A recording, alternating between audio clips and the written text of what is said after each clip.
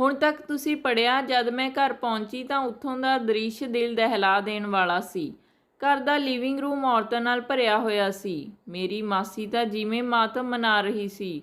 ਉਹ ਲਗਾਤਾਰ ਰੋਈ ਜਾ ਰਹੀ ਸੀ। ਮੈਂ ਤੁਰੰਤ ਮਾਸੀ ਦੇ ਕੋਲ ਗਈ ਤਾਂ ਉਹ ਮੈਨੂੰ ਗਲੇ ਲਗਾ ਕੇ ਰੋਣ ਲੱਗੀ ਤੇ ਬੋਲੀ ਕਿ ਮੇਰਾ ਬੱਚਾ ਫਿਰ ਇਸ ਦੁਨੀਆ 'ਤੇ ਆਉਣ ਤੋਂ ਪਹਿਲਾਂ ਹੀ ਮੈਨੂੰ ਛੱਡ ਕੇ ਚਲਾ ਗਿਆ। ਉਹਨਾਂ ਦੀ ਹਾਲਤ ਜਿਵੇਂ ਪਾਗਲਾਂ ਵਰਗੀ ਹੋ ਗਈ ਸੀ। ਉਹਨਾਂ ਨੂੰ ਦੇਖ ਕੇ ਤਰਸ ਆ ਰਿਹਾ ਸੀ। ਮੇਰੀਆਂ ਅੱਖਾਂ ਵੀ ਭਰ ਆਈਆਂ। ਹਰ ਕੋਈ ਮਾਸੀ ਨੂੰ ਸਮਝਾ ਰਿਹਾ ਸੀ।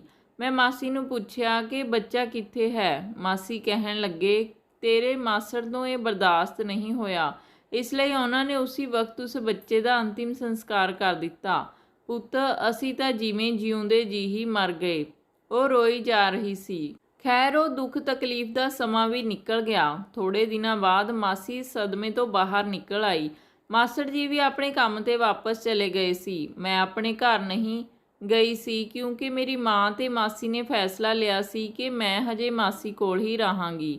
ਮੈਂ ਫਿਰ ਤੋਂ ਮਾਸੀ ਦਾ ਉਵੇਂ ਹੀ ਖਿਆਲ ਰੱਖਣ ਲੱਗੀ। ਇਸੇ ਤਰ੍ਹਾਂ 2 ਮਹੀਨੇ ਲੰਘ ਗਏ ਤੇ ਫਿਰ ਇੱਕ ਦਿਨ ਮਾਸੀ ਨੇ ਖਬਰ ਸੁਣਾਈ ਕਿ ਉਹ ਫਿਰ ਤੋਂ ਮਾਂ ਬਣਨ ਵਾਲੀ ਹੈ। ਮੈਂ ਇਹ ਗੱਲ ਸੁਣ ਕੇ ਬਹੁਤ ਖੁਸ਼ ਹੋਈ। ਮੈਂ ਹੁਣ ਮਾਸੀ 'ਤੇ ਪੂਰੀ ਨਜ਼ਰ ਰੱਖਦੀ ਸੀ ਤੇ ਹਰ ਵਕਤ ਉਹਨਾਂ ਦੇ ਅੱਗੇ ਪਿੱਛੇ ਘੁੰਮਦੀ ਰਹਿੰਦੀ ਸੀ। ਪਰ ਹੁਣ ਮੈਨੂੰ ਇੱਕ ਗੱਲ ਖਟਕਣ ਲੱਗੀ ਸੀ ਕਿ ਮੈਂ ਜਿੰਨਾ ਵੀ ਮਾਸੀ ਦੇ ਕਰੀਬ ਜਾਣ ਦੀ ਕੋਸ਼ਿਸ਼ ਕਰਦੀ ਹਾਂ, ਉਹ ਮੇਰੇ ਤੋਂ ਓਨਾ ਹੀ ਦੂਰ ਰਹਿੰਦੀ ਆ। ਇਸ ਤਰ੍ਹਾਂ ਲੱਗ ਰਿਹਾ ਸੀ ਕਿ ਉਹ ਨਹੀਂ ਚਾਹੁੰਦੀ ਸੀ ਕਿ ਮੈਂ ਉਹਨਾਂ ਦੇ ਕੋਲ ਰਹਾਂ। ਹੌਲੀ-ਹੌਲੀ 9 ਮਹੀਨੇ ਹੋ ਗਏ ਸਨ। ਮੇਰੇ ਦਿਮਾਗ ਵਿੱਚ ਇੱਕ ਆਈਡੀਆ ਆਇਆ। ਮੈਂ ਇਸ ਸਾਰੇ ਸਮੇਂ ਵਿੱਚ ਇੱਕ ਗੱਲ ਨੋਟ ਕੀਤੀ ਸੀ ਕਿ ਮਾਸੀ ਨਾ ਤਾਂ ਕਿਸੇ ਡਾਕਟਰ ਕੋਲ ਜਾਂਦੀ ਹੈ ਤੇ ਨਾ ਹੀ ਕੋਈ ਦਾਈ ਉਸ ਨੂੰ ਚੈੱਕ ਕਰਨ ਆਉਂਦੀ ਹੈ। ਮੈਂ ਜਾਣਨਾ ਚਾਹੁੰਦੀ ਸੀ ਕਿ ਇਸ ਗੱਲ ਦੇ ਪਿੱਛੇ ਕੀ ਰਾਜ ਹੈ। ਇਸ ਲਈ ਇੱਕ ਦਿਨ ਮੈਂ ਮਾਸੀ ਦੇ ਦੁੱਧ ਵਿੱਚ ਨੀਂਦ ਦੀ ਗੋਲੀ ਮਿਲਾ ਦਿੱਤੀ। ਮਾਸੀ ਜਦੋਂ ਦਵਾਈ ਦੇ ਅਸਰ ਨਾਲ ਸੌਂ ਗਈ ਤਾਂ ਮੈਂ ਤੁਰੰਤ ਬਾਹਰ ਗਈ ਤੇ ਕਿਸੇ ਨੂੰ ਦਾਈ ਦਾ ਪਤਾ ਪੁੱਛ ਕੇ ਦਾਈ ਦੇ ਘਰ ਗਈ ਅਤੇ ਦਾਈ ਨੂੰ ਆਪਣੇ ਨਾਲ ਲੈ ਆਈ। ਉਹ ਆਉਂਦੇ ਹੀ ਮਾਸੀ ਦੀ ਹਾਲਤ ਦੇਖ ਕੇ ਸੋਚਾਂ ਵਿੱਚ ਪੈ ਗਈ। ਮੈਂ ਉਹਨਾਂ ਨੂੰ ਮਾਸੀ ਦੀਆਂ ਸਾਰੀਆਂ ਹਰਕਤਾਂ ਦੱਸ ਦਿੱਤੀਆਂ ਤੇ ਕੋਈ ਹੱਲ ਕੱਢਣ ਦਾ ਪੁੱਛਿਆ। ਦਾਈ ਨੇ ਕਿਹਾ ਕਿ ਇਹ ਕਿਹੋ ਜਿਹੀ ਔਰਤ ਹੈ ਜੋ ਆਰਾਮ ਨਾਲ ਪਈ ਹੈ। ਦਾਈ ਨੇ ਮਾਸੀ ਦੀਆਂ ਅੱਖਾਂ 'ਤੇ ਪਾਣੀ ਦੇ ਛਿੱਟੇ ਮਾਰੇ। ਮਾਸੀ ਨੂੰ ਥੋੜ੍ਹਾ ਜਿਹਾ ਹੋਸ਼ ਆਇਆ ਪਰ ਉਹ ਫਿਰ ਬੇਹੋਸ਼ ਹੋ ਗਈ। ਇਸ ਤਰ੍ਹਾਂ ਲੱਗ ਰਿਹਾ ਸੀ ਕਿ ਨੀਂਦ ਦੀ ਗੋਲੀ ਦਾ ਅਸਰ ਅਜੇ ਤੱਕ ਉਹਨਾਂ 'ਤੇ ਹੈ। ਦਾਈ ਨੇ ਉਹਨਾਂ ਦਾ ਚੈੱਕਅਪ ਕਰਨਾ ਸ਼ੁਰੂ ਕੀਤਾ। ਜਦ ਦਾਈ ਨੇ ਮਾਸੀ ਦਾ ਪੇਟ ਚੈੱਕ ਕੀਤਾ ਤਾਂ ਉਹਨਾਂ ਦੇ ਚਿਹਰੇ 'ਤੇ ਭਾਵ ਹੀ ਬਦਲ ਗਏ। ਮੈਂ ਸਮਝ ਨਾ ਸਕੀ ਕਿ ਆਖਿਰ ਕੀ ਗੱਲ ਹੈ। ਇਸ ਤੋਂ ਪਹਿਲਾਂ ਕਿ ਉਹ ਮੈਨੂੰ ਕੁਝ ਦੱਸਦੀ, ਕਿਸੇ ਨੇ ਜ਼ੋਰ-ਜ਼ੋਰ ਦੀ ਦਰਵਾਜ਼ਾ ਖੜਕਾਇਆ। ਮੈਂ ਅਤੇ ਦਾਈ ਇੱਕਦਮ ਡਰ ਗਈਆਂ ਕਿ ਆਖਿਰ ਕੌਣ ਆਇਆ ਹੈ। ਅਜੇ ਮੈਂ ਦਰਵਾਜ਼ਾ ਖੋਲ੍ਹਣ ਜਾ ਹੀ ਰਹੀ ਸੀ ਕਿ ਅਚਾਨਕ ਕੋਈ ਅੰਦਰ ਆ ਗਿਆ। ਮੈਂ ਦੇਖ ਕੇ ਹੈਰਾਨ ਰਹਿ ਗਈ ਕਿ ਉਹ ਤਾਂ ਪੁਲਿਸ ਵਾਲੇ ਸਨ। ਉਹਨਾਂ ਨੇ ਜ਼ੋਰ-ਜ਼ੋਰ ਦੀ ਚਿਲਾਉਣਾ ਸ਼ੁਰੂ ਕੀਤਾ ਕਿ ਅਨੀਤਾ ਤੇ ਹਰੀਸ਼ ਕਿੱਥੇ ਹਨ। ਐਨੇ ਨੂੰ ਲੇਡੀ ਪੁਲਿਸ ਵਾਲੀ ਅੱਗੇ ਆਈ ਤੇ ਉਸਨੇ ਕੋਲ ਪਿਆ ਪਾਣੀ ਦਾ ਜੱਗ ਮਾਸੀ 'ਤੇ ਉਲਟਾ ਦਿੱਤਾ। ਉਹ ਇੱਕਦਮ ਨਾਲ ਘਬਰਾ ਕੇ ਉੱਠ ਕੇ ਬੈਠੀ ਹੋ ਗਈ। ਉਸ ਲੇਡੀ ਪੁਲਿਸ ਵਾਲੀ ਨੇ ਕਿਹਾ ਕਿ ਲੋਕਾਂ ਦੀਆਂ ਜ਼ਿੰਦਗੀਆਂ ਬਰਬਾਦ ਕਰਕੇ ਤੂੰ ਇੱਥੇ ਸੁੱਖ ਦੀ ਨੀਂਦ ਕਿਵੇਂ ਸੁੱਤੀ ਪਈ ਐਂ। ਉਹ ਅਜੇ ਇਹ ਕਹਿ ਹੀ ਰਹੀ ਸੀ ਕਿ ਇੰਨੇ ਨੂੰ ਦਰਵਾਜ਼ੇ 'ਤੇ ਕੋਈ ਹੋਰ ਆਇਆ। ਸਭ ਨੇ ਪਿੱਛੇ ਮੁੜ ਕੇ ਦੇਖਿਆ ਤਾਂ ਉਹ ਹਰੀਸ਼ ਮਾਸੜ ਜੀ ਸਨ। ਪਤਾ ਨਹੀਂ ਉਹ ਇਸ ਸਮੇਂ ਘਰ ਕਿਵੇਂ ਆ ਗਏ ਸਨ। ਪੁਲਿਸ ਨੇ ਉਹਨਾਂ ਨੂੰ ਵੀ ਹੱਥਕੜੀ ਪਹਿਨਾ ਦਿੱਤੀ ਤੇ ਮਾਸੀ ਨੂੰ ਵੀ ਆਪਣੇ ਨਾਲ ਫੜ ਕੇ ਲੈ ਗਏ। ਮੈਂ ਅਤੇ ਦਾਈ ਇਹ ਸਭ ਦੇਖ ਕੇ ਹੈਰਾਨ ਰਹਿ ਗਏ।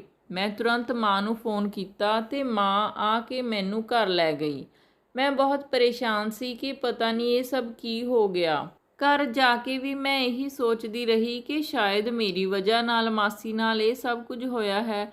ਮੇਰੀ ਮਾਂ ਵੀ ਬਹੁਤ ਪਰੇਸ਼ਾਨ ਸੀ। ਸ਼ਾਇਦ ਉਹ ਸੱਚ ਜਾਣਦੀ ਸੀ। ਮੈਂ ਮਾਂ ਨੂੰ ਪੁੱਛਣ ਲੱਗੀ ਕਿ ਮਾਂ ਤੁਸੀਂ ਹੀ ਦੱਸ ਦਿਓ ਕਿ ਸੱਚ ਕੀ ਹੈ। ਮੇਰੀ ਮਾਂ ਨੇ ਮੇਰੇ ਵੱਲ ਦੇਖਿਆ ਤੇ ਕਹਿਣ ਲੱਗੀ, ਪੁੱਤ ਮੈਂ ਤੈਨੂੰ ਕੀ ਦੱਸਾਂ, ਤੇਰੀ ਮਾਸੀ ਆਪਣੇ ਕਰਮਾਂ ਦਾ ਫਲ ਭੁਗਤ ਰਹੀ ਹੈ। ਮੈਂ ਉਹਨਾਂ ਦੇ ਵੱਲ ਸਵਾਲ ਭਰੀਆਂ ਨਜ਼ਰਾਂ ਨਾਲ ਦੇਖਿਆ। ਮਾਂ ਨੇ ਕਿਹਾ ਕਿ ਤੇਰੀ ਮਾਸੀ ਹਮੇਸ਼ਾ ਤੋਂ ਹੀ ਅਮੀਰ ਬਣਨਾ ਚਾਹੁੰਦੀ ਸੀ ਤੇ ਐਸ਼ੋ ਆਰਾਮ ਦੀ ਜ਼ਿੰਦਗੀ ਬਤੀਤ ਕਰਨਾ ਚਾਹੁੰਦੀ ਸੀ। ਪਰ ਮੈਨੂੰ ਨਹੀਂ ਪਤਾ ਸੀ ਕਿ ਉਹਨਾਂ ਦਾ ਐਸ਼ੋ ਆਰਾਮ ਇਹੋ ਜਿਹਾ ਹੋਵੇਗਾ। ਮੇਰੀ ਮਾਂ ਨੇ ਹੰਝੂਆਂ ਨਾਲ ਭਰੀਆਂ ਅੱਖਾਂ ਨਾਲ ਮੈਨੂੰ ਦੇਖਿਆ ਤੇ ਕਿਹਾ ਕਿ ਜਦ ਤੇਰੀ ਮਾਸੀ ਦਾ ਪਹਿਲੇ ਬੱਚੇ ਦਾ ਅਬੋਰਸ਼ਨ ਹੋਇਆ ਸੀ ਤਾਂ ਤੇਰੀ ਮਾਸੀ ਤੇ ਮਾਸੜ ਨੇ ਮਿਲ ਕੇ ਇੱਕ ਪਲਾਨ ਬਣਾਇਆ ਹੋਇਆ ਸੀ। ਮੈਨੂੰ ਉਸ ਦੇ ਪਿੰਡ ਦੀਆਂ ਔਰਤਾਂ ਨੇ ਦੱਸਿਆ ਸੀ ਕਿ ਇਹ ਬੱਚੇ ਚੋਰੀ ਕਰਦੀ ਹੈ ਤੇ ਇਹ ਇਸ ਲਈ ਪ੍ਰੈਗਨੈਂਟ ਹੋਣ ਦਾ ਨਾਟਕ ਕਰਦੀ ਹੈ। ਫਿਰ ਹਸਪਤਾਲ ਜਾ ਕੇ ਦੂਜੇ ਦਾ ਬੱਚਾ ਚੋਰੀ ਕਰਦੀ ਹੈ ਤੇ ਘਰ ਆ ਕੇ ਕਹਿ ਦਿੰਦੀ ਹੈ ਕਿ ਮੇਰਾ ਬੱਚਾ ਇਸ ਦੁਨੀਆ ਤੇ ਆਉਣ ਤੋਂ ਪਹਿਲਾਂ ਹੀ ਰੱਬ ਨੂੰ ਪਿਆਰਾ ਹੋ ਗਿਆ। ਫਿਰ ਉਹ ਚੋਰੀ ਕੀਤਾ ਹੋਇਆ ਬੱਚਾ ਕਿਸੇ ਨੂੰ ਵੇਚ ਦਿੰਦੀ ਹੈ। ਪਹਿਲਾਂ ਤਾਂ ਮੈਨੂੰ ਕਿਸੇ ਦੀਆਂ ਗੱਲਾਂ ਤੇ ਯਕੀਨ ਨਹੀਂ ਆ ਰਿਹਾ ਸੀ, ਪਰ ਅੱਜ ਮੈਨੂੰ ਸਭ ਕੁਝ ਸਮਝ ਆ ਗਿਆ ਕਿ ਉਹ ਸਭ ਸਹੀ ਸੀ। ਮੇਰੀ ਭੈਣ ਸੱਚਮੁੱਚ ਹੀ ਗਲਤ ਕੰਮ ਕਰ ਰਹੀ ਸੀ। ਮਾਂ ਦੀ ਗੱਲ ਸੁਣ ਕੇ ਮੈਨੂੰ ਵੀ ਬਹੁਤ ਦੁੱਖ ਹੋਇਆ। ਮੈਨੂੰ ਵੀ ਇਸ ਗੱਲ ਤੇ ਯਕੀਨ ਨਹੀਂ ਹੋ ਰਿਹਾ ਸੀ। ਇੱਕ ਦਿਨ ਮੈਂ ਮਾਂ ਦੇ ਨਾਲ ਜੇਲ੍ਹ ਵਿੱਚ ਮਾਸੀ ਨੂੰ ਦੇਖਣ ਲਈ ਗਈ। ਮੈਂ ਦੇਖਿਆ ਕਿ ਮਾਸੀ ਨੂੰ ਆਪਣੇ ਕੀਤੇ ਦਾ ਬਹੁਤ ਪਛਤਾਵਾ ਸੀ। ਉਹਨਾਂ ਦੇ ਚਿਹਰੇ 'ਤੇ ਸਾਫ਼ ਦਿਖ ਰਿਹਾ ਸੀ ਕਿ ਉਹ ਆਪਣੇ ਕੀਤੇ 'ਤੇ ਸ਼ਰਮਿੰਦਾ ਸੀ। ਉਹਨਾਂ ਨੇ ਰੋਂਦੇ ਹੋਏ ਮੇਰੀ ਮਾਂ ਨੂੰ ਕਿਹਾ ਕਿ ਮੈਂ ਬਹੁਤ ਵੱਡਾ ਗੁਨਾਹ ਕੀਤਾ ਹੈ। ਪਤਾ ਨਹੀਂ ਕਿੰਨੇ ਬੱਚਿਆਂ ਨੂੰ ਉਹਨਾਂ ਦੇ ਮਾਂ-ਬਾਪ ਤੋਂ ਅਲੱਗ ਕੀਤਾ ਹੈ। ਸ਼ਾਇਦ ਮੈਨੂੰ ਰੱਬ ਕਦੇ ਮਾफ़ ਨਾ ਕਰੇ, ਪਰ ਤੂੰ ਮੈਨੂੰ ਮਾफ़ ਕਰ ਦੀ। ਮਾਸੀ ਦੀਆਂ ਅੱਖਾਂ ਵਿੱਚੋਂ ਹੰਝੂ ਡਿੱਗ ਰਹੇ ਸਨ, ਪਰ ਮਾਂ ਜਾਂ ਕੋਈ ਵੀ ਹੋਰ ਕੁਝ ਨਹੀਂ ਕਰ ਸਕਦਾ ਸੀ, ਕਿਉਂਕਿ ਮਾਸੀ ਨੇ ਖੁਦ ਆਪਣਾ ਜੁਰਮ ਕਬੂਲ ਕਰ ਲਿਆ ਸੀ। ਫਿਰ ਮੈਂ ਤੇ ਮਾਂ ਘਰ ਵਾਪਸ ਆ ਗਏ। ਮਾਸੀ ਤੇ ਮਾਸੜ ਨੂੰ ਸਜ਼ਾ ਹੋ ਚੁੱਕੀ ਸੀ ਤੇ ਉਹਨਾਂ ਦਾ ਘਰ ਹਮੇਸ਼ਾ ਲਈ ਬੰਦ ਕਰ ਦਿੱਤਾ ਗਿਆ ਸੀ। ਮੇਰੇ ਦਿਲ ਦੀ ਆਪਣੇ ਮਸੌਰੇ ਭਾਈ ਭੈਣ ਨੂੰ ਖਿਡਾਉਣ ਦੀ ਚਾਹਤ ਦਮ ਤੋੜ ਗਈ ਸੀ, ਪਰ ਮੈਨੂੰ ਆਪਣੇ ਸਾਰੇ ਸਵਾਲਾਂ ਦਾ ਜਵਾਬ ਮਿਲ ਚੁੱਕਾ ਸੀ, ਜਿਸ ਵਿੱਚੋਂ ਸਭ ਤੋਂ ਪਹਿਲਾ ਸਵਾਲ ਤਾਂ ਇਹ ਸੀ ਕਿ ਮੇਰੀ ਮਾਸੀ ਦੇ ਬੱਚਾ ਕਿਉਂ ਨਹੀਂ ਹੋ ਰਿਹਾ। ਜਦ ਇਨਸਾਨ ਦੂਜਿਆਂ ਦਾ ਬੁਰਾ ਕਰਦਾ ਹੈ ਤਾਂ ਰੱਬ ਉਸ ਨਾਲ ਚੰਗਾ ਕਿਵੇਂ ਕਰ ਸਕਦਾ ਹੈ। ਉਸ ਨੂੰ ਆਪਣੇ ਕਰਮਾਂ ਦੀ ਸਜ਼ਾ ਮਿਲ ਗਈ ਸੀ। ਤਾਂ ਦੋਸਤੋ, ਇਹ ਕਹਾਣੀ ਤੁਹਾਨੂੰ ਕਿੱਦਾਂ ਦੀ ਲੱਗੀ ਕਮੈਂਟ ਕਰਕੇ ਜ਼ਰੂਰ ਦੱਸਿਓ ਜੀ, ਤੇ ਚੈਨਲ ਨੂੰ ਸਬਸਕ੍ਰਾਈਬ ਕਰਨਾ ਨਾ ਭੁੱਲਿਓ। ਧੰਨਵਾਦ ਜੀ।